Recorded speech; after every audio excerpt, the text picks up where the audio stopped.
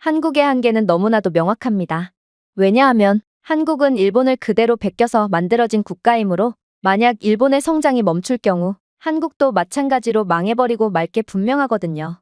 여기 파견온 일본 기술자들의 세뇌 때문에 한국을 개발도상국으로 인식하게 된 프랑스 마을이 있습니다. 그런데 프랑스 공영방송에서 한국 관련 충격적인 영상을 공개하고 이 영상이 전 세계로 퍼져나가자 마을의 한국에 대한 여론은 완전히 뒤바뀌게 되었다고 하는데요. 그렇다면 이곳에서는 대체 어떤 일이 있었던 것일까요? 안녕하세요. 저는 프랑스 출신의 니콜이라고 합니다. 평생을 평범하게 살아온 저였지만 최근에는 정말 제 인생과 가족의 삶을 완전히 뒤바꿀 정도로 충격적인 결정을 내리게 되었는데요. 그리고 재밌게도 이 결정은 제가 평생 살면서 절대로 관계가 없을 것처럼 보였던 한국과 밀접한 관계가 있기에 저는 아직도 어안이 벙벙한 상황입니다. 발단은 바로 프랑스 최고의 철도회사에 잘 재직 중이었던 남편이 돌연 한국행을 제안하면서부터 시작되었습니다. 남편은 철도 기술자였고 어렸을 때부터 철도에 미쳐있는 기차광이었는데요. 특히나 남편이 어렸을 때만 해도 프랑스는 이 분야에서 압도적인 기술력을 갖고 있는 국가였기에 남편은 그야말로 기차 분야에서 최고의 기술력을 자랑하고 있는 프랑스에서도 가장 훌륭한 철도 회사인 떼제베에서 일하게 된 꿈을 이룬 셈이었죠. 그런데 그런 남편이 돌연 한국행을 선언하다니 이건 도대체가 남편이 뭘 잘못 먹었나 싶은 생각밖에 안 드는 황당한 상황이었습니다. 요즘 딸이 어디서 봤는지 자꾸만 한식인 떡볶이를 만들어 달라고 했기에 저는 여기저기서 주워들은 레시피로 가족들에게 떡볶이를 대접하곤 했는데 아무래도 남편이 한국 음식인 떡볶이를 잘못 먹고 한국에 대한 이상한 환상을 가지게 된 건가 싶기도 해서 저는 그저 제정신이 아닌 것처럼 보이는 남편을 아련한 눈빛으로 쳐다볼 뿐이었죠.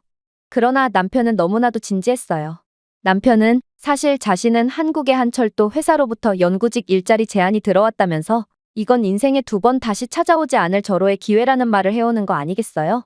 그리고 만약 저희 가족이 프랑스에 계속 남을 경우 최고의 철도 기술자가 되고 싶다는 자신의 꿈도 꿈이지만 딸 아리안의 인생도 완전히 꼬일 것이 분명하고 그러니 저희는 딸을 위해서라도 최대한 빨리 한국으로의 이민을 준비해야 한다는 도저히 알 수 없는 소리를 해올 뿐이었죠. 저는 이름도 제대로 들어본 적 없는 한국이라는 국가 때문에 유럽 최고의 강대국이자 특히나 철도 분야에서 전통적인 강국인 프랑스를 포기하려는 남편이 이해가 안 갔고 그렇게 남편의 발언 이후 저희 가족은 냉전 상태를 유지하게 되었습니다. 사실 저는 완전히 미쳐버린 남편을 설득하기 위해 최선을 다하기도 했어요. 저희 가족은 남편의 직장에서 가까운 곳에 거주하고 있고 일본 또한 프랑스와 어깨를 나란히 하는 전통적인 기차 기술 강국이기에 많은 일본인 전문가들과 그들의 가족들이 저희 마을에 살고 있는데요. 프랑스의 떼제베와 일본의 신칸센만 보더라도 양국은 전 세계에서 가장 강력한 기술력을 가진 국가라고 할 수 있었고 저는 이러한 일본인들이야말로 남편의 헛바람을 완전히 해소해줄 수 있는 사람들이라고 생각하게 되었거든요. 그래서 저는 한 번은 일본인 주민들과 함께하는 축제 자리에서 은근슬쩍 남편이 멀쩡히 잘 다니던 프랑스 기차회사를 관두고 한국으로의 이직을 준비 중이라는 말을 흘려봤습니다. 그리고 이유는 잘 모르겠지만 일본인들은 꼭 한국에 대한 열등감을 가지고 있는 듯 그렇게나 순둥순둥하고 예의 발랐던 일본인들은 한국 이야기만 나오면 눈에 불을 켜고 개거품을 물곤 했기에 이번에도 이때다 싶어 달려들기 시작하더라고요. 당신은 제정신이 아니군요. 한국은 기차 분야에서 신생국이라고 해도 과언이 아닐 정도로 매우 열악한 기술력을 가진 국가예요. 그런데 세계 최고의 기차 회사에서 그런 개발도상국으로 이직을 하려고 하다니 당신은 반드시 후회할 게 분명해요. 생각해보세요. 한국이라는 나라 자체가 1945년 이전에는 존재하지도 않았던 근본이라는 게 없는 신생국가고 이런 나라가 뛰어난 기술을 갖고 있다는 것은 전혀 말이 안 되는 소리예요. 애초에 한국의 산업 기반 자체가 일본에 의해 건설되었을 뿐만 아니라 일본의 지배를 받았던 한국은 기술 발전의 역사 자체가 없는 국가라고 할 수 있거든요. 당시에는 자전거조차 제대로 못 만들었던 한국은 옆 나라인 우리 일본의 신칸센을 모방해서 열악하게나마 철도 시스템을 구축했다고 하긴 하던데 그래봤자 한국은 그 한계가 너무나도 명확한 국가라고 할 수 있죠. 사실 저는 이러한 일본인들의 하나 같은 주장에 조금 놀라기도 했어요. 조금 전까지만 해도 그렇게나 예의 바른 것처럼 보였던 일본인들이었지만 이렇듯 갑자기 남의 국가에 대한 무자비한 비난을 쏟아내는 태세 전환을 할 줄이야. 저는 이러한 남 험담을 하기 좋아하는 게 바로 일본인들의 본성인가 싶어 약간의 소름마저 돋았는데요. 그런데 남편은 이러한 일본인들의 주장에 경악을 금치 못할 반응을 보이는 거 아니겠어요? 남편의 한국행에 대한 꿈은 상상 이상으로 컸는지 이내 생각지도 못한 대답을 하기 시작했거든요. 글쎄요, 한국이 1945년 이전에는 존재하지도 않았던 국가라고요? 그렇다면 일본은 세계 최초의 금속활자 개발을 포함하여 한국의 5천년 역사를 어떻게 설명할 건가요? 물론 한국이 일본의 지배를 받은 것은 사실이지만 원래 한국은 찬란한 과학과 기술을 가지고 있던 진보된 문명을 가진 국가였습니다. 만약 당신들의 주장대로 한국이 무에서 시작했다라고 한다면 한국은 어떻게 채 100년도 안 되는 시간 만에 세계에서 가장 빠른 고속 인터넷, 최고 수준의 고속철도, 그리고 가장 진보된 인공지능 기반 지하철 시스템을 개발했을까요? 한국은 원래부터 기반을 가지고 있던 강력한 국가였기에 이렇듯 일본의 지배에서 벗어난 이후 빠르게 원래의 자리를 되찾을 수 있었다는 것입니다. 그리고 한국이 일본의 신칸센의 기술력을 베꼈다는 것도 매우 우습게 들리네요. 만약 한국이 정말로 일본을 모방하고 있었다면 왜 현재는 한국의 KTX가 신칸센보다 더 빠르고 저렴하며 기술적으로 우수할까요? 현재 KTX는 일본과의 기차 기술 수주 경쟁에서 압도 우위를 차지하며 객관적으로 봤을 때도 일본의 기술력을 완전히 추월한 모습을 보여주고 있는데 다른 국가들은 바보라서 단순히 복사만을 해왔던 한국을 선택했을까요? 당신들은 마치 아무런 논리도 없이 내 숙제를 베꼈어 라고 생떼를 쓰는 것 같아요. 한국은 A+를 받고 있고 일본은 수업에서 낙제를 하고 있는데도 말이죠. 사실 남편의 논리는 너무나도 완벽해서 흠잡을 데가 전혀 없었습니다. 심지어 남편의 한국행을 결사반대하던 저조차도 남편의 편으로 돌아섰을 정도였으니 일본인들이 느낀 허망함은 이루 말할 수가 없는 수준이겠죠. 그러나 일본인들은 끈질겼어요. 이들은 누나를 잇는 힘껏 불알인 채로 쪽수를 앞세워 남편을 마치 변종 취급하기 시작했거든요. 그리고 이러한 일본인들의 반응에 남편은 도저히 안 되겠다는 듯 한숨을 푹 쉬더니 이내 경악을 금치 못할 말을 덧붙이기 시작했어요. 도대체 일본인들은 왜 과거 속에서만 사는 건가요? 당신들은 아직도 뒤처졌다는 사실을 인지하지 못한 건가요? 아니면 현실을 인지했지만 이 악물고 부정하기만 하는 건가요? 한국은 이미 지하철 기술력만 해도 일본을 완전히 뛰어넘은 지 오래라고요. 한국은 지하철에 세계 최초로 첨단 AI 기술을 도입한 국가로 한국의 AI 기반 지하철은 과밀화 방지를 통해 군중들을 효율적으로 분배할 수 있도록 자동으로 맞춤화 배차를 제공할 뿐만 아니라 한국은 스마트폰이나 스마트워치 하나만으로도 지하철을 쉽게 탑승할 수 있는 선진국이에요. 특히나 한국의 일부 지하철 노선은 아예 자율주행이 기관사를 대체해버리기까지 했기에 이러한 한국의 기술력과 시스템을 배우기 위해 수많은 나라들이 줄을 서고 있는 상황이죠. 그러나 일본은 어떤가요? 일본은 아직도 구식 수동 지하철을 사용하고 있을 뿐만 아니라 일부 지하철역에서는 지하철 티켓 발권을 하기 위해 일일이 직원에게 짤랑거리는 동전을 주며 티켓을 구매해야 하죠. 한국은 스마트워치로 1초 만에 개찰구를 통과했다면 일본은 카드 결제도 안 되는 개찰구에서만 엄청난 시간을 허비해야 하는 것입니다. 또한 한국은 AI로 관제된 군중관리를 제공할 때 일본에서는 그러한 수요 예측이 전혀 되지 않고 있기에 통근자들이 정기적으로 꽉 찬 지하철에 갇혀 있고 이러한 통근자들을 지하철 안에 밀어넣는 전문적인 직업까지 존재하는 상황이니 한국과 일본 중 누가 기술적으로 우위에 있는지는 말해봤자 입만 아프다고 할 수 있는 것입니다. 하지만 남편의 이러한 완벽한 논리에도 일본인들은 도저히 인정할 수 없다는 듯 얼굴이 새빨개진 채 고개를 가로저을 뿐이었는데요. 그러면서 좀 전에 상냥한 태도는 온데간데 없이 한국의 AI는 인간의 일자리를 없앤다느니 일본은 상생을 추구하기에 일부러 첨단 기술을 개발하지 않는 거라느니 하는 이해하기 힘든 논리를 들이밀기 시작하더군요. 동시에 일본인들은 한국의 현금 없는 사회는 한국인들이 지폐를 다룰 만큼 충분히 정교하지 않고 암산을 못하니 자동으로 계산을 해주는 디지털 결제 시스템에 의존하는 거라면서 일본인들은 똑똑해서 현금을 사용하는 거라는 도저히 말이 안 되는 논리를 갖다 붙이기 시작했죠. 그렇게 일본인들의 생각보다도 훨씬 하찮았던 반응에 저의 남편 설득은 완전히 물거품으로 돌아가고 말았고 그렇게 저희 가족의 냉전 상태는 계속해서 이어지게 되었습니다. 그런데 한 번은 이러한 냉전 상태가 완전히 산산조각나게 되는 상황이 벌어지게 되는데요. 그건 바로 제가 우연히 프랑스의 공영방송에서 제작된 한 다큐 영상을 시청하게 되었을 때의 일이었습니다. 원래 이곳 채널에서는 프랑스의 선진적인 면모나 기술을 자랑하는 내용만이 주로 보도되곤 했는데 이상하게도 이번 영상의 메인 주제는 한국에 관한 것이었고 심지어 진행자는 프랑스가 한국을 따라하지 않으면 프랑스는 그대로 고꾸라질 수밖에 없다는 섬뜩한 소리를 해오는 거 아니겠어요? 아니, 프랑스가 한국 따위를 따라해야 한다니? 이 말은 한국은 이미 프랑스를 진작에 추월했다는 뜻이란 말인가? 저는 황당함과 두려움이 섞인 미묘한 감정을 느끼며 이 영상을 계속해서 시청하게 되었습니다. 만약 프랑스가 한국을 따라하지 않는다면 장담컨대 프랑스는 7년 내로 완전히 기술 경쟁에서 뒤처져 앞으로 100년이 지나도 한국의 뒷공무니조차 따라잡지 못하고 말 것입니다. 그리고 한국이 일본을 어떻게 압도했고 또 이들이 어떻게 일본이 이익을 취하던 사업들을 전부 다 빼앗아 왔는지를 들여다본다면 우리는 한국은 절대로 만만히 봐서는 안 될 국가라는 것을 여실히 느낄 수 있을 테죠. 자, 많은 분들이 이미 알고 계실 테지만 일본은 기차 기술 분야에서 전통적인 강국이며 일본은 이러한 뛰어난 기차 기술력을 바탕으로 많은 국가의 기술력을 수출하며 막대한 이익을 챙겨왔습니다. 정말로 일본과 프랑스는 이 분야에서 모든 파일을 서로 나눠 먹고 있었다고 봐도 무방할 정도로 양국은 적어도 기차 기술력 부분에서만큼은 압도적인 위상을 차지하고 있었죠. 그러나 이번 사우디아라비아의 30조 원 고속철도 프로젝트에 대한 수주 경쟁이 발표된 이후 양상은 완전히 뒤바뀌게 됩니다. 사우디아라비아는 리야드와 제다, 메카를 연결하는 고속철도를 원했고 고속철도 인프라 사업이라고는 믿기지 않을 정도의 압도적인 보상이 걸려있는 이번 대형 프로젝트에 대부분의 국가들이 지원을 했거든요.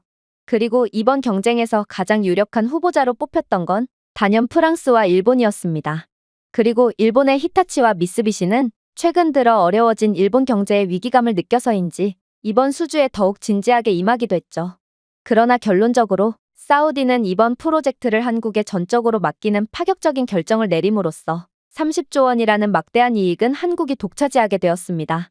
그리고 한국이 어떻게 기존의 프랑스와 일본이 나눠먹던 구조를 박살내고 사우디의 이번 수주를 따낼 수 있었는지를 들여다본다면 지금 상황에서 과연 한국을 넘을 국가가 있긴 할까 하는 공포심마저 자아내죠.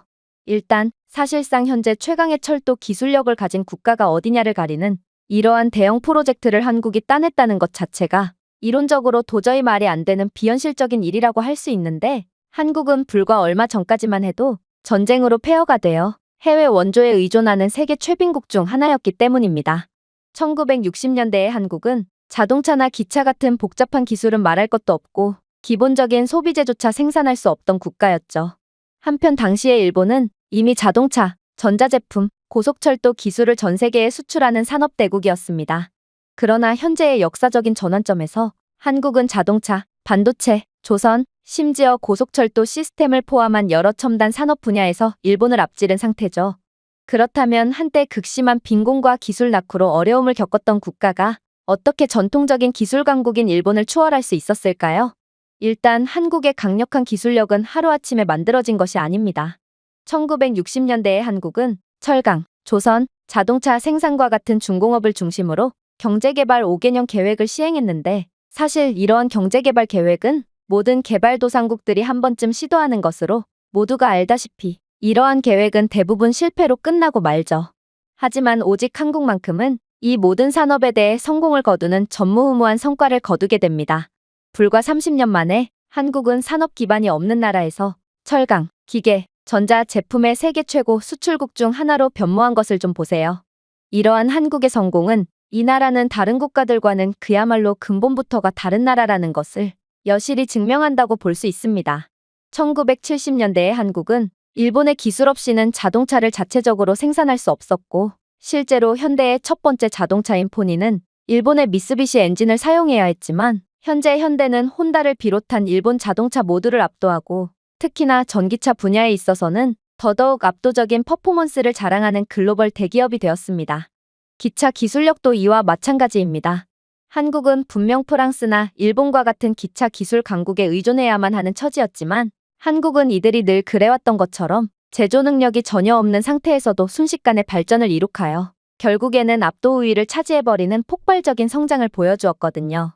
2004년 한국이 프랑스 떼제베에 허가된 기술을 사용하여 최초의 고속 열차를 제작했을 때만 해도 한국이 이로부터 20년 후에 세계 최강의 기차 강국이 되어 있으리라고는 그 누구도 예상하지 못했습니다. 그런데 한국은 2016년까지 외국 기술로부터 완전히 독립된 독자적인 KTX2 및 KTX3 모델을 개발하는가 싶더니 한국의 고속철도 기술은 이제 속도, 에너지 효율성, 기후 적응성 면에서 일본의 신칸센을 완전히 능가하게 되었죠. 이건 정말 말도 안 되는 상황이라고 할 수 있었습니다. 기술의 발전 속도는 시간이 갈수록 더욱 가팔라지고 이러한 기술의 발전 흐름상 후발주자가 선두주자를 따라잡을 수 있는 경우의 수는 0에 수렴한다고 할 수 있거든요. 하지만 한국은 그러한 0에 수렴하는 가능성을 완전히 뒤집은 것입니다. 이러한 역전에는 일본의 잘못도 있긴 했습니다. 일본은 과거의 성공에 지나치게 의존했고 현대의 요구에 빠르게 적응하지 못했거든요. 그리고 이러한 부분은 신칸센 기술은 수십 년 동안 근본적으로 변하지 않았다는 것만 봐도 알 수 있죠. 하지만 한국은 기존 시스템에 의존하는 대신 기존 기술을 개선하는 지속적인 혁신에 중점을 두었습니다. 한국의 최신 고속 열차인 KTX3는 전 세계 최초로 AI 기반 실시간 진단 시스템을 사용하며 노동력과 지연 시간을 최소화하며 극한의 효율을 추구하고 있지만 일본의 신칸센은 여전히 수동 검사에 의존하고 있어 상당한 지연이 발생하고 있는 것만 봐도 양국의 역전된 상황을 여실히 보여준다고 할 수 있는데요. 물론 한국 열차는 일본의 시속 360km에 비해 더 빠른 속도이자 세계에서 가장 빠른 속도인 시속 420km를 기록하여 더 빠른 속도를 요구하는 현대적 요구를 충족시켰다는 점에서도 한국의 기술력은 이미 세계 최고 수준에 이르렀다는 것을 알 수 있습니다.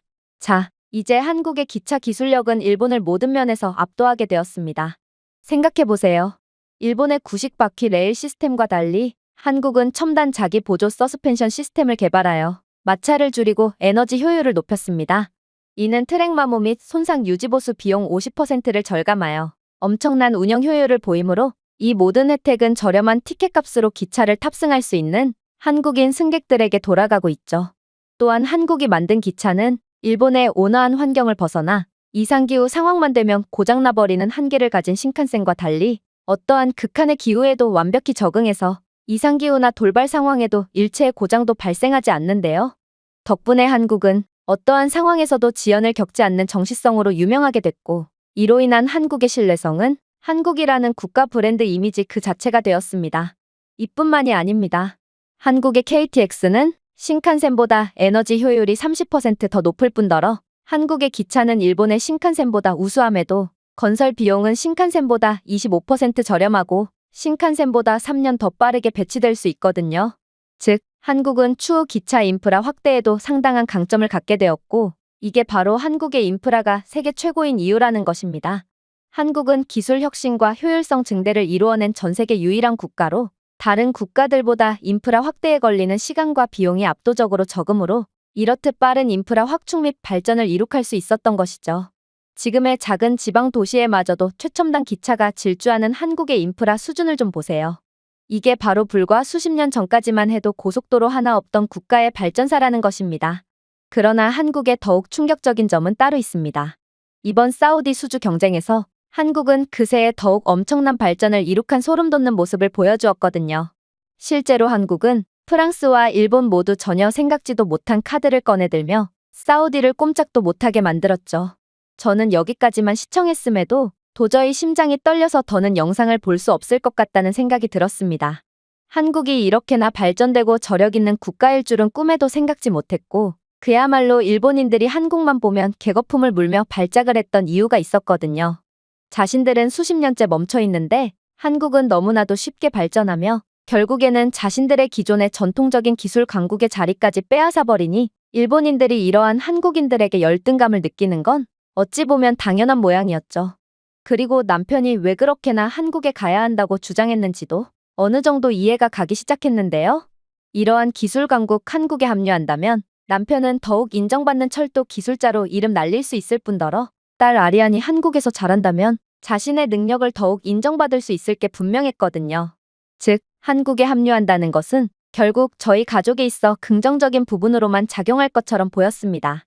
그리고 제 생각이 여기에까지 미쳤을 때 저는 추가적인 한국 영상을 반드시 확인해봐야 한다는 용기가 생기기 시작했어요. 뭔가 한국은 저희 가족의 운명을 완전히 바꿔줄 수 있는 기적의 국가일 수도 있겠다고 느꼈거든요. 한국은 알면 알수록 소름 돋는 국가입니다.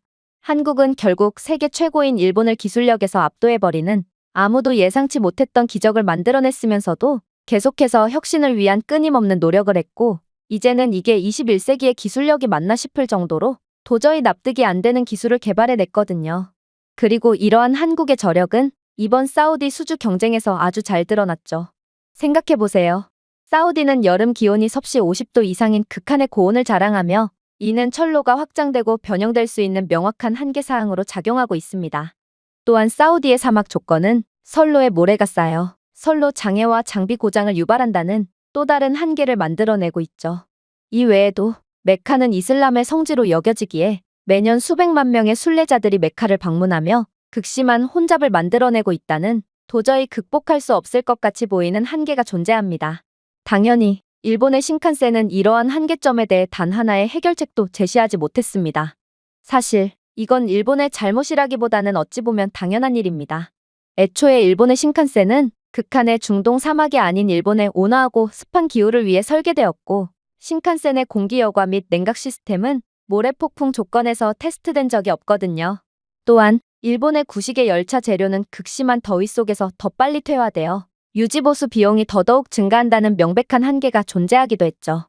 하지만 한국은 날고 기는 기술 강국들 중에서도 아무도 해결책을 내놓지 못한 이러한 사우디의 한계에 대해 말도 안 되는 기술을 들고 나오며 전 세계를 깜짝 놀라게 만들었습니다. 일단 한국은 사우디의 환경에 완벽히 부합하는 팽창이나 뒤틀림 없이 섭씨 55도의 온도를 견딜 수 있는 내열 합금 트랙을 개발했는데요. 이에 더해 모래가 기차 시스템을 막는 것을 방지하는 AI 기반 자가 청소 메커니즘 및 AI 기반 모래 감지 및 제거 시스템으로 끊김없는 서비스를 보장하게끔 했습니다. 한국의 소름 돋는 맞춤화 전략은 이뿐만이 아니었습니다. 한국은 사우디의 극한의 더위에서도 최적의 성능을 유지하는 스마트 냉각 기술까지 개발해서 들고 나왔는데 실제로 한국의 열차 내부는 열차단 유리와 자동 습도 조절 기능을 갖추고 있어 승객의 편안함을 보장하고 있는 상태였고 이러한 스마트 유리 기술은 일본의 신칸센 창문보다 객실을 50% 더 시원하게 유지한다는 압도적인 통계까지 존재했기에 사우디는 이렇듯 완벽한 맞춤형 기술력을 선보인 한국을 선택할 수밖에 없던 것입니다. 극한의 환경에서 더욱 운영 및 유지보수 비용이 증가하는 일본의 기술력과는 달리 한국 기차는 운영비용 절감을 위한 자율 AI 유지 보수 모니터링 기술까지 탑재되어 있다는 점은 사우디가 더더욱 다른 국가들은 경쟁 상대로 고려하지도 않고 곧바로 한국을 선택한 이유가 될 수 있겠죠.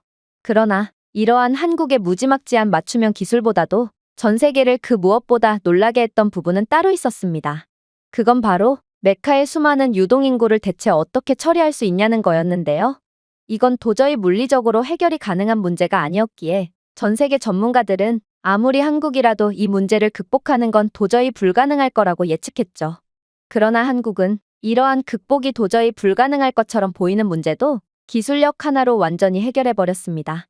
그건 바로 일본의 신칸센이나 프랑스의 떼제베 등이 기존의 최대 속도 시속 360km의 한계에 봉착할 때 한국의 KTX3는 시속 430km라는 압도적인 속도를 보여주며 그야말로 기술력 하나로 물리적 한계를 찍어 누르는 가장 단순하면서도 가장 극복하기 어려운 방법으로 한계를 단번에 극복해버렸거든요. 또한 일본의 구식적인 시스템과는 달리 한국의 최첨단 모듈식 트랙 시스템은 향후 원활한 확장을 가능하게 하여 메카뿐만 아니라 추가 도시를 중단 없이 확장할 수 있게 했는데요. 이는 대대적인 인프라 확장 사업을 진행 중인 사우디 입장에서는 한국이 더 없는 매력적인 카드로 여겨질 수밖에 없었습니다. 그러나 가장 중요한 점이 남아 있었습니다. 그건 바로 시간 엄수였죠. 사실 한국의 기술력이 경쟁 국가들 중 가장 뛰어나다는 것은 입증되었지만 아무리 뛰어난 기술력이라도 시간이 많이 걸리거나 정시성이 확보되지 않는다면 채택하기가 어려운 것이 사실인데요. 특히나 올림픽 등의 대대적인 대형 사업을 진행하며 국가 브랜드 이미지를 끌어올리려는 사우디 입장에서 이러한 정시성과 속도는 더더욱 중요하게 여겨질 수밖에 없었습니다. 하지만 한국은 이 부분에서도 압도적인 모습을 보여주며 전 세계를 경악의 도가니에 빠뜨리고 말죠. 일본은 9년이라는 완공 시간을 내밀었지만 과거 인도와 대만 철도 프로젝트에서 대규모 지연과 비용 초과로 문제를 일으켰던 전적이 있기에 사실상 인프라 완성까지 10년 이상을 기다려야 하는 상황이었는데요. 그런데 한국은 사우디 고속철도를 일본의 제안보다 3년 빠른 6년 안에 완공하겠다고 약속했거든요. 물론 한국의 정시성에 대한 신뢰성도 확실했죠. 삼성물산은 세계에서 가장 높은 건물인 UAE의 부르즈 칼리파를 예정보다 빠른 기록적인 시간에 구축했을 뿐더러 한국의 현대건설 또한 카타르의 도하 메트로를 예정보다 일찍 완공하면서 가장 빠르게 건설된 지하철 시스템이라는 타이틀까지 제공했거든요. 또한 한국은 아랍 최초의 원자력 발전소인 바라카 원자력 발전소마저 예정 시간보다 빠르게 인도를 완료했고, 최근에 건설했던 카타르 월드컵 인프라에 대해서도 예정보다 일찍 건설을 하는 저력을 보여줬습니다. 즉, 한국은 경쟁 국가들 중 유일하게 정시성에 대한 신뢰도가 있는 국가였다는 말입니다. 따라서 사우디아라비아는 유일한 논리적 선택을 했을 뿐이었고, 결국 한국이 사우디의 파트너로 선택되며 막대한 이익을 가로채간 것은 너무나도 당연한 상황인 거였죠. 저는 이러한 프랑스 진행자의 주장에 완전히 경악을 하고 말았습니다. 한국이 이렇게나 완벽한 국가일 줄은 정말 상상조차 못했고, 심지어 저는 감히 이런 국가를 무시했다는 것에 대한 부끄러움마저 느끼며 한국을 우러러보게 되기까지 했거든요. 특히나 기차 분야에서 평생을 바쳤던 남편은 이런 한국을 개발도상국 취급이나 하는 저를 얼마나 한심하게 봤을지 저는 쥐구멍이라도 있으면 들어가고 싶은 충동마저 느꼈습니다. 그러나 이러한 제 감탄도 잠시 프랑스 진행자는 이내 소름 돋는 말을 이어나가기 시작했고, 저는 결국 완전히 벙찐 채 머리를 감싸줄 수밖에 없었습니다. 그러나 가장 중요한 점은 지금 프랑스는 일본의 한계를 보며 안도를 하고 있을 때가 아니라는 것입니다. 왜냐하면 우리는 이번 사우디 경쟁에서 한국은 일본뿐만 아니라 프랑스라는 거인마저 제압했다는 사실을 잊어서 안 되거든요. 프랑스의 떼제베는 수십 년 동안 고속철도의 근본이제 역할을 수행하며 프랑스에 막대한 부를 가져다 주었지만 이제는 그러한 기술 수출로 인한 이익도 끝이 보이는 상황입니다. 확실히 한국은 프랑스의 기술력을 추월한 상태고, 프랑스의 주요 동맹국인 사우디아라비아가 30조 원 규모의 대형 철도 프로젝트를 위해 우리가 사랑하는 떼제베 대신 한국의 KTX3를 선택한 것만 봐도 이제 일본과 프랑스는 끝이라는 사실을 여실히 보여주는 꼴이거든요. 즉, 이번 사우디 프로젝트는 그저 시작일 뿐이고, 프랑스는 이제 중동, 아프리카, 심지어 유럽의 미래 계약마저도 한국의 저렴하고 빠르며 발전된 철도 기술에 의해 계속해서 고객을 잃게 될 거라는 것입니다. 그러나 프랑스 국민들뿐만 아니라 대다수의 관계자들마저 이러한 심각성을 전혀 느끼지 못하고 있습니다. 이들은 불과 십수년 전만 해도 한국은 여전히 KTX 열차에 관해서는 프랑스 기술에 의존하고 있었는데 어떻게 이러한 짧은 기간 만에 프랑스를 추월할 수가 있겠냐며 냉소적인 웃음만을 보이고 있을 뿐이죠. 현재 엘리트 프랑스 엔지니어들은 이제 한국의 고속 열차가 떼제베보다 더 빠르고 저렴하며 에너지 효율이 높다고 인정했을 뿐만 아니라 향후 20년간은 AI 기술을 기차와 결합한 한국을 이길 수 있는 국가는 절대로 없을 거라고 호언장담하고 있는 상황이지만, 대다수의 프랑스인들은 그저 과거 속에 갇혀 살며 아직도 자신들이 최고의 기차 기술력을 가졌다고 생각하고 있죠.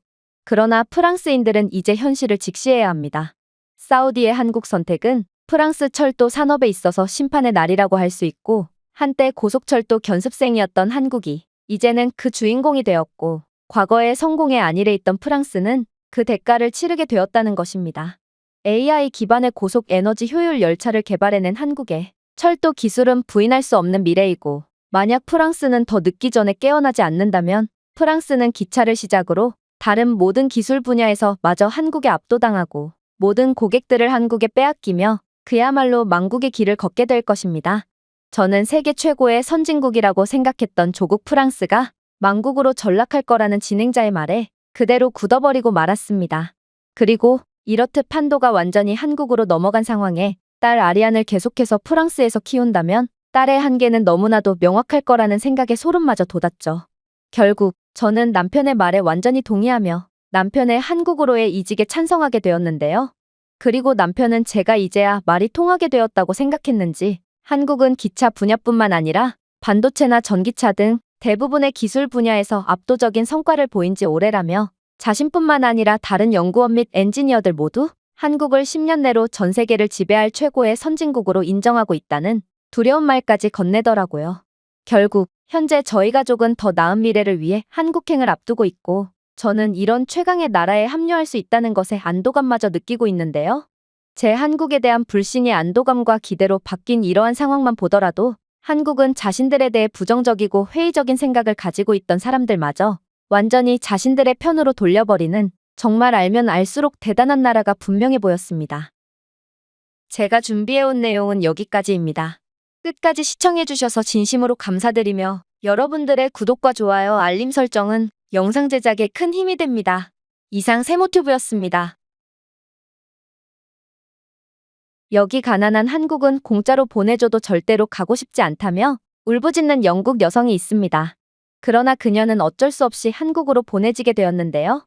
그런데 한국에 도착하자마자 그럼 그렇지 않은 표정으로 학을 떼던 그녀는 이내 목격해선 안 되는 장면을 목격하고 완전히 경악을 하며 주저앉고 말았다고 합니다. 그렇다면 그녀가 한국에서 대체 어떤 경험을 했던 것일까요? 안녕하세요. 저는 영국 출신의 엘씨라고 합니다. 저는 대학생으로 제겐 꽤나 특별한 친구들이 있는데요. 그건 바로 한국인 친구와 일본인 친구입니다. 그들은 제가 다니는 대학교로 교환학생을 온 친구들이었고 저희는 조별 과제를 하다 보니 친해졌는데요.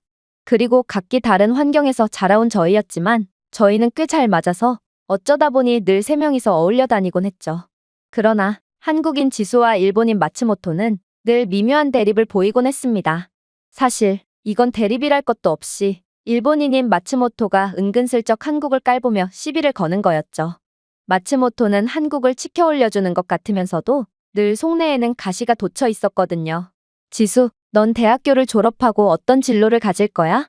혹시 너도 일자리를 구하러 일본으로 올 생각인 거야? 아무래도 한국은 일본보다 가난하니 요즘 한국의 젊은이들이 일본으로 일자리를 구하기 위해 쇄도하고 있다고 하거든. 하지만 마츠모토의 도발은 늘 같은 결과를 맞이할 뿐이었습니다. 글쎄, 1인당 GDP만 봐도 한국이 일본보다 높은데 내가 왜 내 연봉까지 깎아가면서 구태여 일본으로 가겠어? 또한 일본은 계속해서 경쟁력이 떨어지고 있는 국가지만 한국은 끝도 없이 올라가고 있는 국가인걸?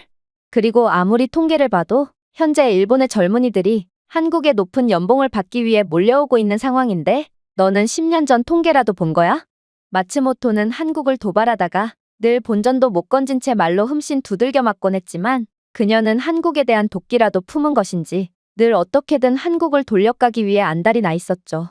그러다 한 번은 대형 사건이 터지게 되었습니다.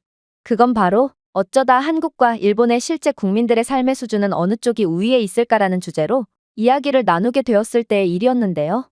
마츠모토는 이번에도 어김없이 한국을 돌려가기 시작하더군요.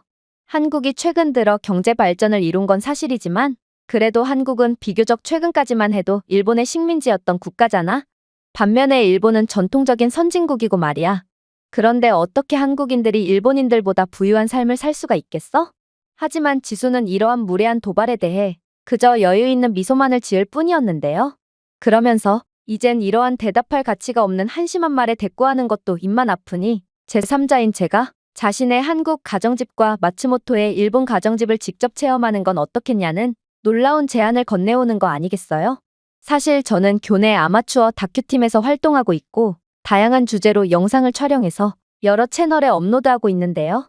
그래서 저는 순간적으로 이 주제로 다큐를 촬영하면 많은 사람들의 호기심을 충족시킬 수 있을 거라는 생각이 들었고 그렇게 지수의 제안을 승낙하게 되었습니다. 그리고 얼마 후 학교 방학이 찾아왔고 저는 마츠모토의 간곡한 부탁에 못 이겨 일본부터 향하게 되었죠. 사실 저는 일본 문화에 꽤나 관심이 많았기에 이러한 일본의 가정집을 직접 체험할 수 있는 기회에 상당한 감사를 느끼게 되었는데요. 그러나 이러한 기대감도 잠시 저는 마츠모토네 집에 도착하자마자 큰 충격을 받을 수밖에 없었습니다. 왜냐하면 마츠모토는 분명 중산층이라고 들었는데 그녀의 집은 중산층 가정이 사는 집이라고는 도저히 믿기지 않을 정도로 대부분의 가전제품들이 골동품들 뿐이었거든요. 선풍기, 에어컨, 냉장고, TV 등 그녀의 집에 존재하는 제품들은 이미 20년은 사용한 것처럼 보이는 누렇게 변색된 오래된 제품밖에 없었고 심지어 어떻게 된 게 일본은 바깥보다 집안이 더욱 추웠음에도 이들은 난방을 조금도 켜지 않고 있었는데요. 저는 이러한 이해할 수 없는 상황에 놀라 도대체 이게 무슨 상황이냐고 물어보니 마츠모토는 충격적인 대답을 건네올 뿐이었어요. 글쎄, 이게 바로 일본인들의 절제력과 환경보호를 위한 의지를 보여주는 대목이 아닐까 싶어. 우리는 물건을 최대한으로 아껴 쓰거든. 이건 졸부 같은 한국인들과는 차원이 다른 우수한 모습이지. 그녀는 말은 그렇게 했지만 저는 일본인들은 가난해서 가전제품을 바꿀 여력이 안 되고 전기세 및 난방비를 감당할 여력이 없어서 에어컨이나 난방을 전혀 사용하지 않는다는 것을 곧바로 눈치채게 되었는데요. 왜냐하면 이들의 화장실 욕조에는 매일같이 욕조 물이 가득 차 있어서 뭔가 싶었더니 알고 보니 일본인들은 생활비가 없어서 가족끼리 욕조에 물을 돌려 쓰고 있었거든요. 심지어 이들은 손님인 제게조차 자신들이 사용했던 목욕물로 샤워를 하기를 강요했기에 저는 정체불명의 털들이 둥둥 떠다니는 욕조를 경악스러운 눈으로 쳐다보며 일본인들의 인색하고 가난한 면모에 화들짝 놀라기도 했습니다. 하지만 정말 충격적이었던 부분은 따로 있었어요. 바로 마츠모토 가족은 이걸로 생존이 가능하긴 한 건가 싶을 정도로 매우 적은 음식만을 제공해 주었는데 문제는 이들은 손님인 제게도 적은 음식만 먹을 것을 강요했으며 음식을 더 먹으려고 하기라도 하면 엄청난 눈치를 주었다는 건데요. 아무래도 일본인들의 평균 신장이 턱없이 작은 것도 이렇듯 제대로 된 영양 섭취를 하지 못하고 있기 때문인 모양이었고 실제로 마츠모토의 아버지는 여자인 저보다도 키가 작은 것을 보니 일본의 한계는 더더욱 안타깝게 느껴질 뿐이었죠. 심지어 이틀 후에는 마츠모토가 다가와 염치도 없이 매일같이 얻어먹기만 하면 어떡하냐며 아무리 손님인 저라지만 저도 자신의 가족을 위해 음식을 대접하거나 돈을 내야 한다며 그게 바로 일본의 예의라며 눈치를 주더라고요.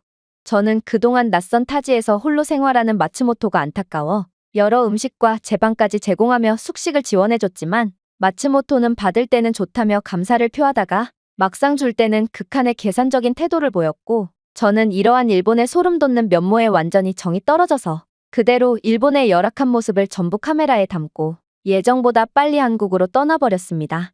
사실 저는 영국으로 다시 돌아갈까도 진지하게 고민했어요. 일본에서의 경험이 너무나도 강력한 트라우마로 남아서 그런지 저는 한국에서도 실망스러운 경험을 하게 된다면 이젠 더 이상 인간을 믿을 수 없을 것 같다는 느낌이 들었거든요. 하지만 저는 용기를 내어 한국에 도착했고 한국인 지수에게 연락을 취하게 되었죠.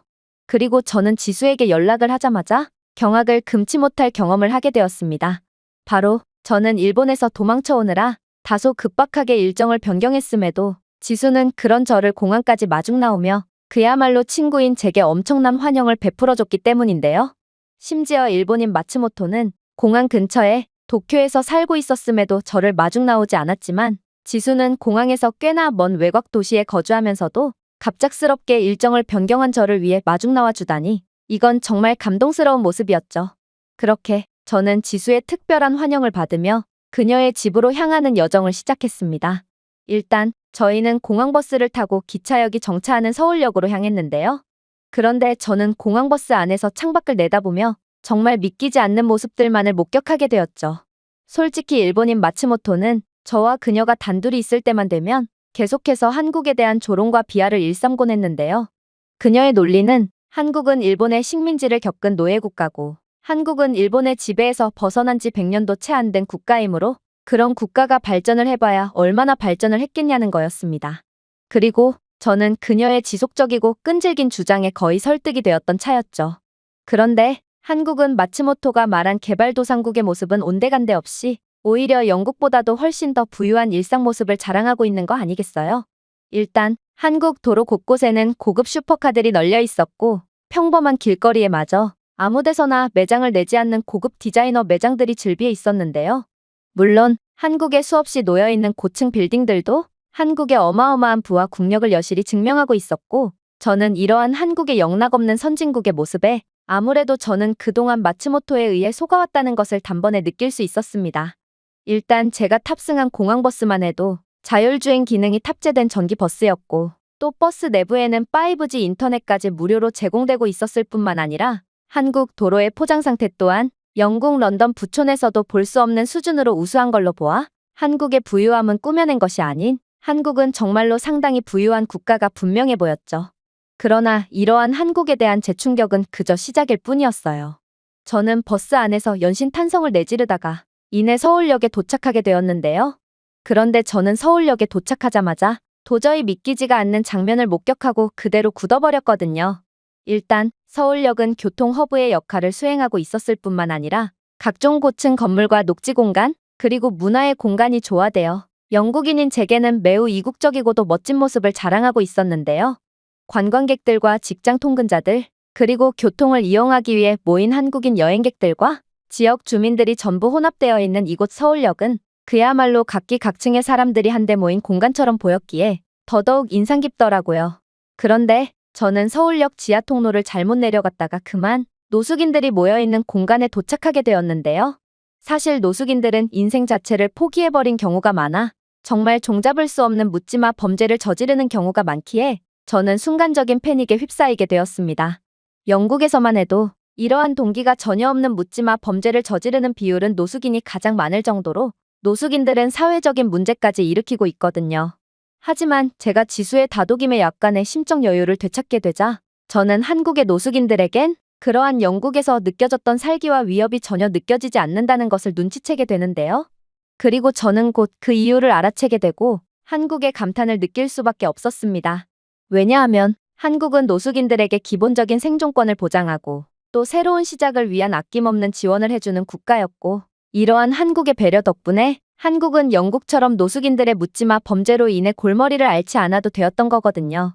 일단 서울역의 노숙인들이 밀집해 있는 공간에는 길거리에 내몰린 사람들이 추운 날씨 때문에 동사하는 일이 없도록 난방 시스템이 작동 중이었는데요. 일본에서는 중산층 가정들조차 비싼 난방비로 인해 이불을 3겹 이상 껴입으며 그야말로 생존을 위한 사투를 벌였다면 한국은 일본보다 강력한 불을 자랑하며 노숙인들마저 겨울에는 바닥 난방으로 인해 따뜻하게 생활을 할 수 있다는 뜻이었습니다. 사실 이것만 봐도 양국의 수준 차이는 극명하게 갈린다고 볼 수 있었는데요.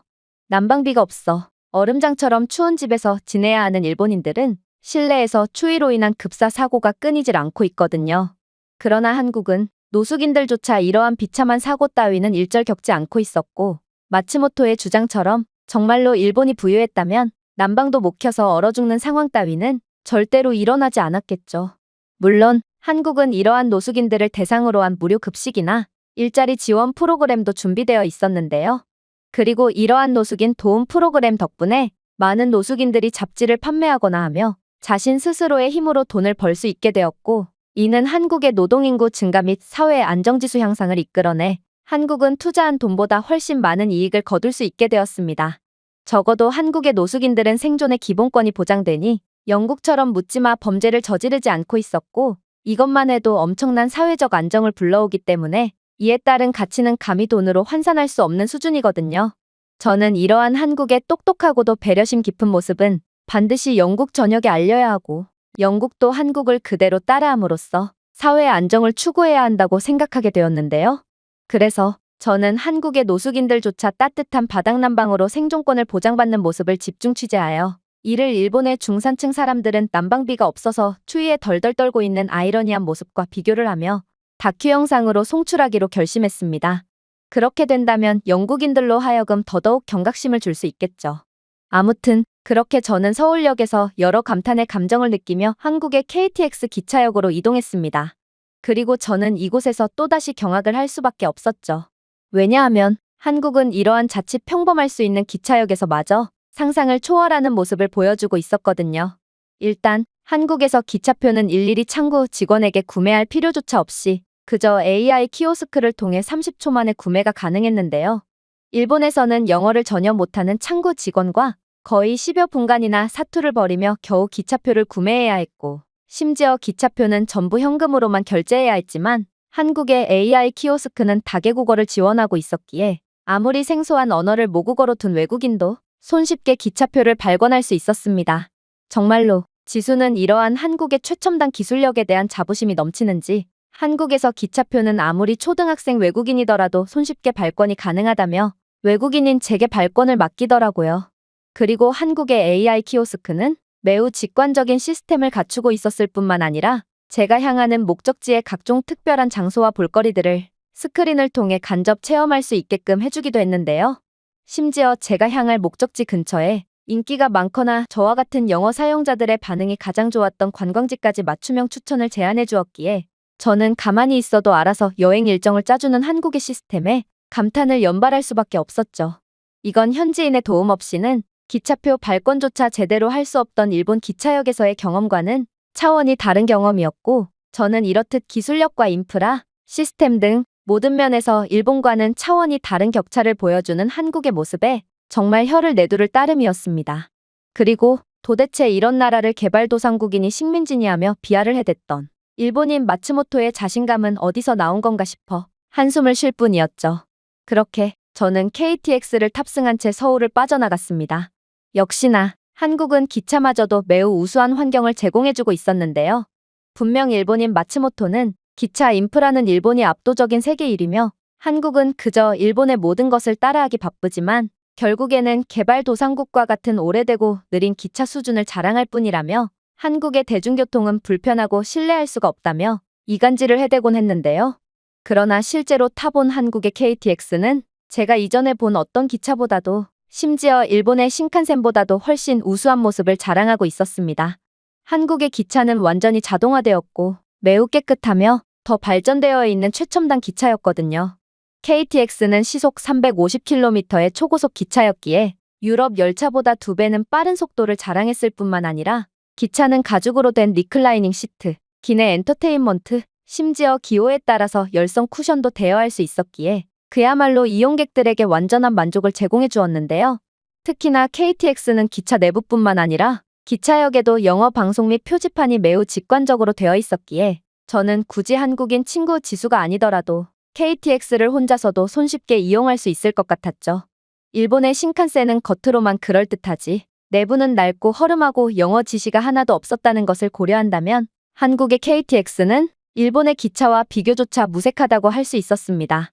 그렇게 저는 예상과는 완전히 달랐던 한국에 또다시 감탄을 느끼며 지수가 살고 있다는 한 아파트 단지에 도착하게 되었습니다. 솔직히 지금까지의 제 한국에서의 경험은 분명 특별하긴 했지만 제 일본에서의 경험이 너무나도 강렬했던 탓일까. 저는 한국이 일반적인 거주 지역에서까지 지금까지의 놀라운 모습을 계속해서 보여줄 수 있을 거라는 생각은 전혀 안 들었는데요. 일본에서는 중산층 이상의 부유함을 자랑했던 마츠모토 가족은 수십 년은 된 오래된 건물에서 제대로 된 가전제품도 갖추지 못한 채 간신히 살아가고 있었는데 지수는 그러한 마츠모토보다도 가정 형편이 좋지 않다고 알고 있거든요. 정말로 지수는 자신은 분명 서민 계층이고 영국으로의 교환학생도 장학금이 없었다면 절대로 올 수 없었을 거라며 자신이야말로 한국의 평범한 사람들을 대표한다고 계속해서 주장해왔기에 저는 지수의 집은 마츠모토의 집과 비슷한 상황이거나 혹은 그래봤자 아주 약간 더 우위에 있는 게 다일 뿐일 거라고 생각할 수밖에 없었습니다. 그저 상상 이상으로 인색했던 일본 가정에서 쫄쫄 굶었던 저는 한국은 제발 먹을 거나 잘 좀 챙겨줬으면 하는 간절한 바람만을 가질 뿐이었죠. 그러나 저는 지수네 아파트 단지에 입장하기도 전에 충격적인 위기를 겪게 되었습니다. 바로 아파트 단지 바로 앞에서 턱을 잘못 보고 그대로 발목을 접질려 버렸기 때문인데요. 특히나 저는 원래부터 약한 발목을 가지고 있었기에 저는 그 자리에 주저앉아 고통에 신음을 낼 뿐이었죠. 그런데 그때 한국인 지수가 예상치도 못한 행동을 해오는 거 아니겠어요? 그녀는 아파트 단지 내부로 들어가면 모든 것이 해결이 된다는 알 수 없는 소리를 중얼거리며 아픈 저를 강제적으로 단지 내부로 끌고 가려고 했거든요. 이건 도저히 이해가 안 가는 상황이었습니다. 공항에서부터 이동을 하느라 지금은 어느새 해가 뉘엿뉘엿 지는 상황이었고 또 서울처럼 메가 도시도 아닌 이런 변두리 도시에서 병원이나 약국을 찾아볼 수 있을 리도 만무했거든요. 그래서 저는 이곳에 주저앉아 조금만 쉬고 싶었는데 도대체 지수는 무슨 생각으로 아픈 저를 강제로 끌고 가려고 한다는 말인가? 저는 그녀의 알 수 없는 행동에 약간의 우라가 치밀어 올랐는데요. 그러나 제 갑작스러운 일정 변경으로 인해 가장 고생했던 게 바로 지수였기에 저는 짜증을 가까스로 참고 지수의 부축을 받으며 그녀와 함께 단지 내부로 향하게 됩니다. 그런데 저는 그렇게 아파트 단지 내부로 들어감과 동시에 도저히 믿지 못할 장면을 목격하고 완전히 경악을 할 수밖에 없었습니다. 왜냐하면 한국의 아파트 단지 정문에는 웬 병원이 떡하니 존재하고 있었고 심지어 병원 옆에는 약국까지 존재하는 도저히 말이 안 되는 상황이 벌어져 있었거든요. 심지어 지금은 병원과 약국이 모두 문을 닫을 시간이었음에도 이러한 한국의 아파트 단지 내 병원과 약국은 24시간 영업이라는 상상을 초월하는 서비스를 제공하고 있었고 특히나 어떻게 이게 가능할 수가 있는 건지 이곳 병원은 동네 병원이라고는 믿기 힘들 정도로 전문적인 장비와 시스템들을 보유하고 있었기에 저는 빠르고 전문적인 진단과 치료를 곧바로 받을 수 있었습니다. 한국인 의사는 제 발목은 그저 조금 놀란 것일 뿐이고 고통은 하루가 지나면 많이 줄어들 테니 일단 발목 보호대를 차고 최대한 안정을 취하는 것이 좋다는 전문적인 소견을 내주었는데요. 저는 이러한 한국의 단 5분 만에 병원으로 향해서 치료까지 전부 마칠 수 있는 막강한 의료 인프라를 보고 경악을 금치 못하고 말았습니다. 유럽 최고의 선진국이라고 여겨지는 영국이지만 그러한 영국의 수도인 런던에조차 병원은 그리 흔하게 찾아볼 수 있는 곳이 아니거든요. 런던 중심부의 부촌에서 거주하는 것이 아니라면 병원을 가기 위해 차를 타고 1시간 이상 이동하는 건 너무나도 당연하게 여겨지며 그러한 부족한 병원에는 미리 도착한 환자가 끝도 없는 줄을 서며 대기를 하고 있는 게 현실이죠. 오죽했으면 영국에는 병원 치료를 위해 병원으로 이동하고 줄을 서며 기다릴 동안 병이 나아버린다며 영국 병원에서는 의사가 병을 치료하는 것이 아닌 치료를 받기까지 너무나도 오랫동안 기다려야 해서 병이 저절로 낫는 경우가 훨씬 많다는 우스갯소리까지 있을 정도로 영국의 의료 인프라는 정말 최악이라고 할 수 있습니다. 그러나 한국은 그저 평범한 아파트 단지에 마저 최고의 의료 인프라를 구비해 놓았다니 저는 한국의 압도적인 모습에 그저 말문이 막힐 뿐이었던 거였죠. 아무튼 그렇게 저는 한국의 충격적인 모습들을 전부 카메라에 담은 채 계속해서 이동했습니다. 하지만 대체 한국은 제 카메라 용량을 완전히 앗아갈 생각인지 계속해서 도저히 말이 안 되는 모습만을 보여줄 뿐이었는데요. 분명 마츠모토는 한국은 빈부격차가 매우 심한 국가로 서울 중심부에 사는 일부 사람들만 좋은 건물에서 사는 것일 뿐 일반적인 한국인들은 다 무너져가는 비좁은 건물에서 생존을 이어나가고 있다고 했지만 지수의 집은 지방에 위치해 있었음에도 마츠모토가 사는 건물보다 훨씬 더 세련되고 최첨단의 건물에서 살고 있었거든요. 일단 아파트 출입문부터가 그랬습니다. 지수가 사는 아파트 내부로 들어가기 위해서는 입구에 얼굴 인식 과정을 거쳐야 할 뿐만 아니라 얼굴 인식을 거치면 엘리베이터는 사람을 인식하고 자동으로 1층으로 내려오도록 시스템화되어 있는 마치 미래에서나 볼 법한 모습이 당연하다는 듯 펼쳐져 있었거든요. 그리고 제가 이러한 엘리베이터를 보고 귀신이 들린 엘리베이터라며 기겁을 하는 반응을 보이자 지수는 그저 저를 시골 촌놈 보듯 바라보며 한국에서 최근 지어지는 신축 아파트 단지에는 이 정도 인프라쯤은 전부 구비해두고 있다는 놀라운 반응을 보일 뿐이었는데요. 그렇게 유럽 최고의 국가인 자랑스러운 영국인에서 완전히 개발도상국의 시골 사람으로 전락해버린 저는 어안이 벙벙해진 채 지수를 따라 엘리베이터에 탑승할 뿐이었습니다.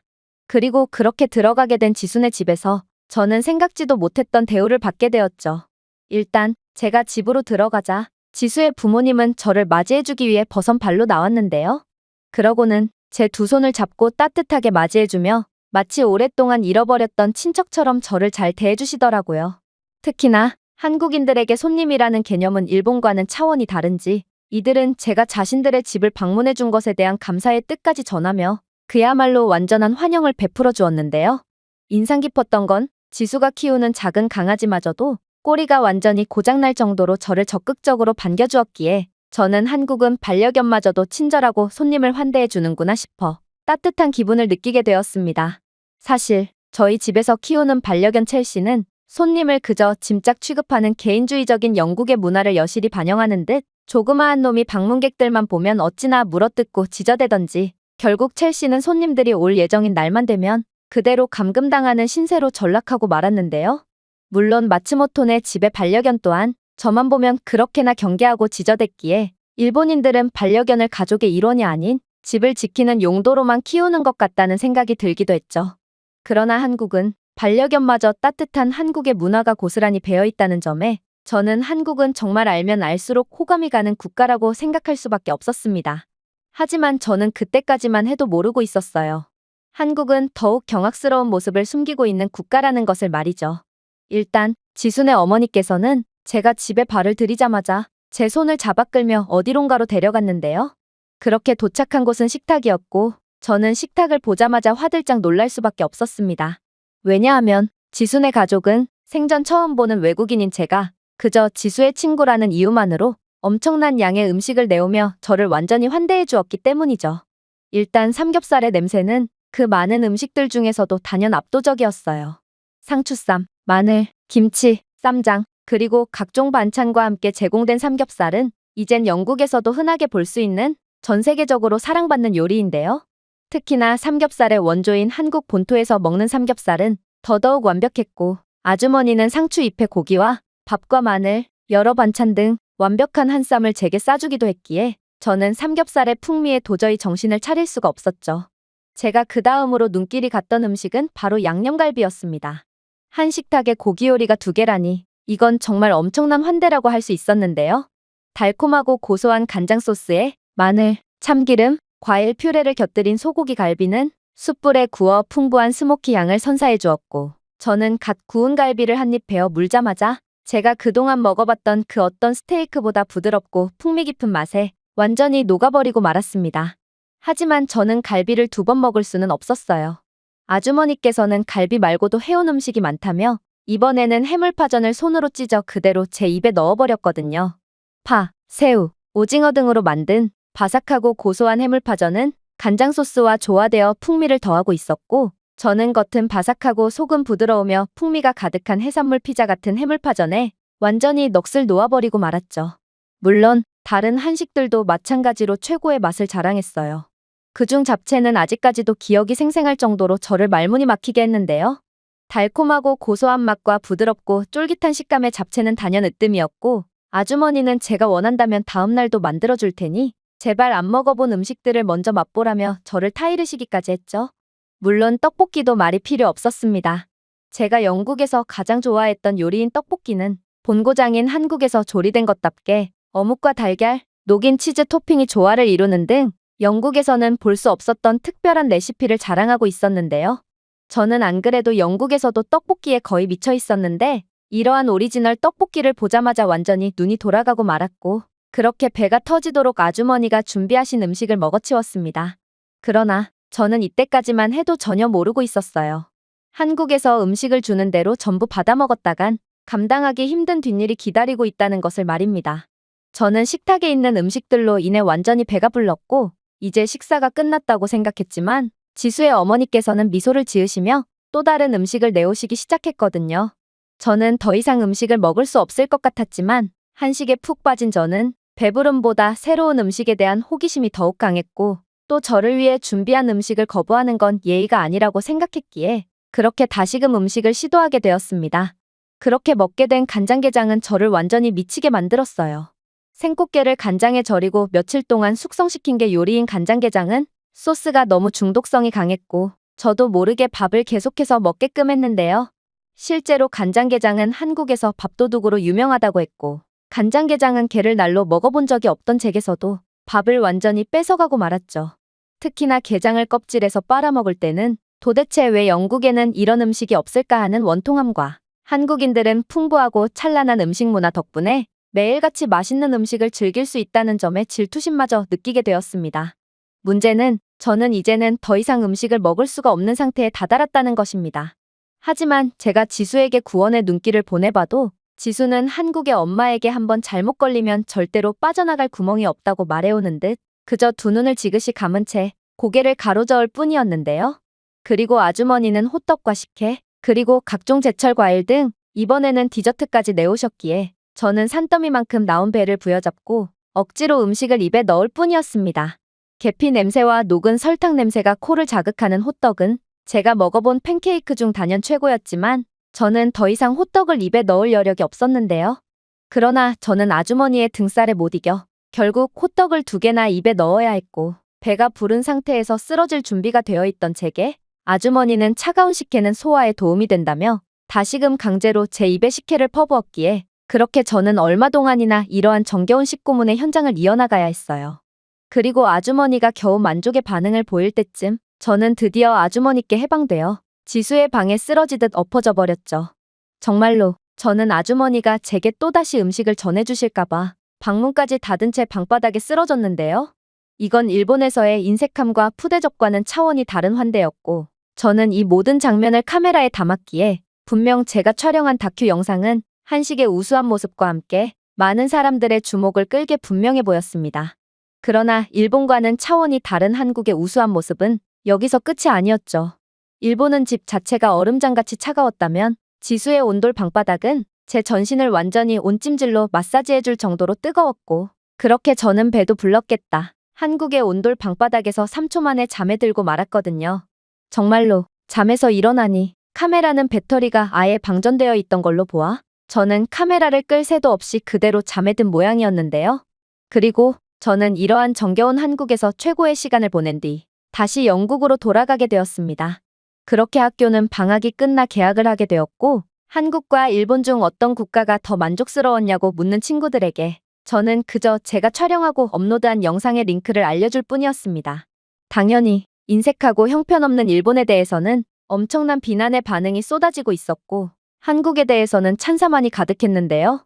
역시나 한국이 압도적으로 승리할 줄 알았다며 한식은 최고고 한국인들의 따뜻함도 한식만큼 최고라는 반응이 줄을 지은 걸로 보아 한국은 자신들의 따뜻하고 아름다운 모습에 대한 보상을 톡톡히 받고 있는 모양이었습니다. 그와는 반대로 많은 사람들이 일본에서 불쾌한 경험을 했다며 일본은 겉과 속이 다른 국가고 자신들은 이러한 일본의 보여주기식 친절에 속은 사람들을 보며 울분의 감정을 느꼈는데 이러한 일본의 실체가 낱낱이 공개가 되어 기쁘다는 반응들이 쇄도하는 걸로 보아 애초에 일본을 벼르고 있던 사람들 자체가 상당히 많은 것 같았습니다. 그리고 그러한 일본의 행보는 전부 자신들에게 업보로 돌아간 셈이었죠. 그렇게나 여유만만했던 마츠모토는 이전의 태도는 온데간데 없이 제게 몰래 접근해서 영상을 내리라며 졸렬한 반응을 보이는 걸로 보아 이런 게 바로 일본의 실체인 모양이었는데요. 아무튼 저는 한국 덕분에 최고의 경험을 할 수 있었고 제 영상 덕분에 한국이 더 많은 인기와 찬사를 얻고 있는 상황에 저는 더없는 만족감을 느끼고 있는 상황이랍니다. 제가 준비해온 내용은 여기까지입니다. 끝까지 시청해주셔서 진심으로 감사드리며 여러분들의 구독과 좋아요, 알림 설정은 영상 제작에 큰 힘이 됩니다.